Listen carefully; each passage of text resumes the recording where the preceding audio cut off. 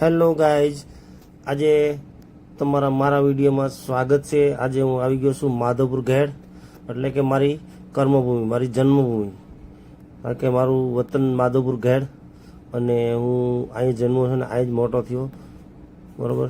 અને આ અમારું ગામ માધવપુર ઘેડ છે અને હરિયાળી નારળીઓના બગીચાઓ છે અને માધવપુર ઘેડની અંદર માધવરાય ભગવાનનું મંદિર, રૂક્ષ્મણી માતાજીનું મંદિર અને હર સાલ જય માધવરાય ભગવાન, અમારે હર સાલ માધવરાય ભગવાનના વિવાહ ઉત્સવનો પણ કાર્યક્રમ થતો જ હોય। હર વર્ષે માધવપુરનો મેળો એટલે પ્રખ્યાત છે વિશ્વમાં, બરાબર। તો માધવરાયના દર્શન પણ કરી લો મિત્રો। જય માધવરાય ભગવાન। તમને આજે માધવરાયના દર્શન કરાવું છું, બરાબર। તો બાકી તમને આવા દર્શન બીજે ક્યાંય જોવા નહીં મળે, કારણ કે બંને ભાઈઓ સાથમાં બેઠા છીએ। હવે આવી ગયો છું મિત્રો હું દરિયા કિનારે, માધવપુરની બાજુમાં જ દરિયા કિનારે જ છે માધવપુર, એટલે કે બસ 100 મીટરને અંતર ઉપર છે ખાલી। અને આ જો અમારું જૂનું માધવરાયનું મંદિર જે નીકળ્યું હતું ને દરિયામાંથી, એ મંદિર છે આજ વર્ષો પહેલાંનું, બહુ જ પુરાણું, અને એને ઉખરી અને નવું બનાવવાનું ચાલુ કામ કર્યું છે સરકારશ્રીએ। તો એના એક એક પથ્થર છે ને મિત્રો ફરીથી પાછા જોઈન્ટ થશે। આ બધા પથ્થર એના ખોલેલા છે, એક એક પથ્થરના નંબર વાઇઝ લખીને રાખેલા છે, અને એના પથ્થર એ નંબર વાઇઝ ફિટિંગ થશે, કારણ કે પાછું જે હતું ને એને એ જ મંદિર ફેર જો લખાઈ દેખાય લાલ અક્ષરથી દેખાય છે, તો કોઈ પણ પથ્થર આડવરો ન થાય, એના કોપી મારી અને એ પ્રમાણે જ પાછું મંદિર એના પથ્થરનું જ બનશે।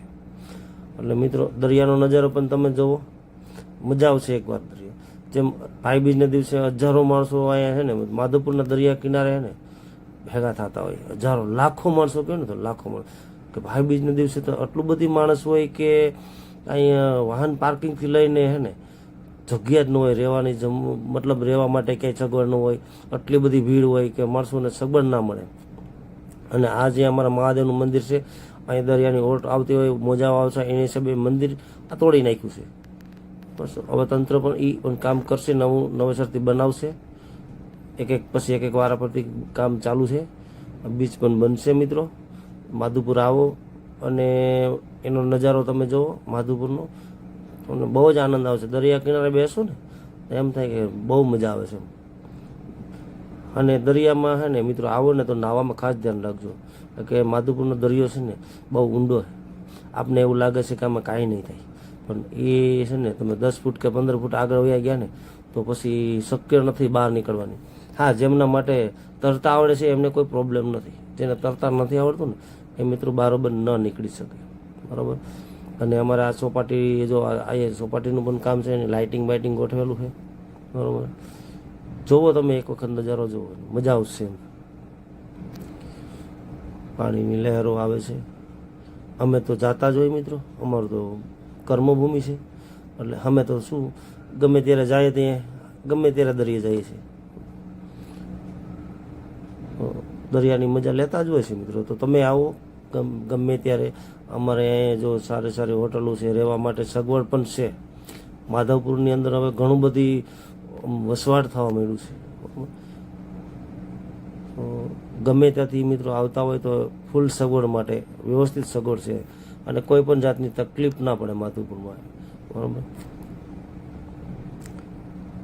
બાકી જો અહીંયા માધવરાયના મંદિરથી દર્શન કરાવી, દરિયાના દર્શન કરાવું છું, દરિયાનો નજારો દેખાડાવું છું, અને હવે પછી ત્યાંથી આગળ છે ને હું તમને મિત્રો અમારા રૂક્ષ્મણીજી માતાજી છે ને એમના પણ હું દર્શન કરાવીશ, કે માધવરાયના કરાવ્યા છે તો રૂક્ષ્મણીજી મંદિરના દર્શન તો તમને કરાવવા જ પડશે।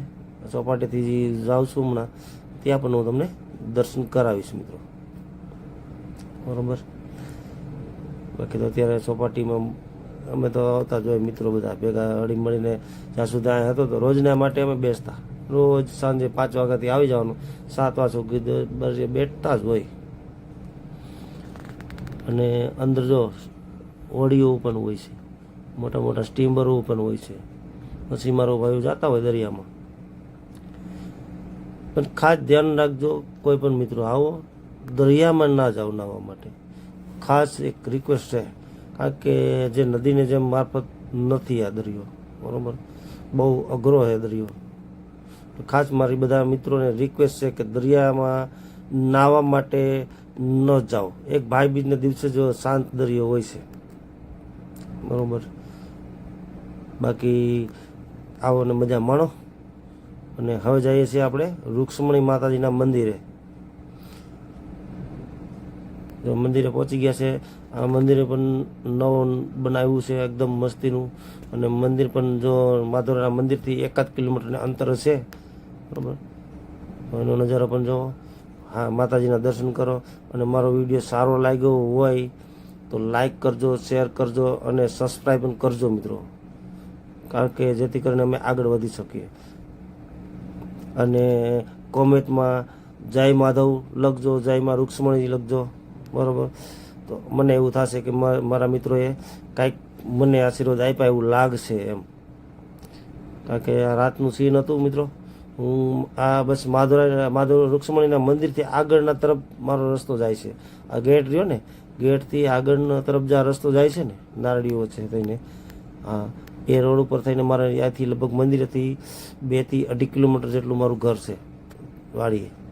પણ અત્યારે હાલ તો હું ત્યાં નથી રહેતો, હાલ તો હું રાજકોટ રહું છું મિત્રો.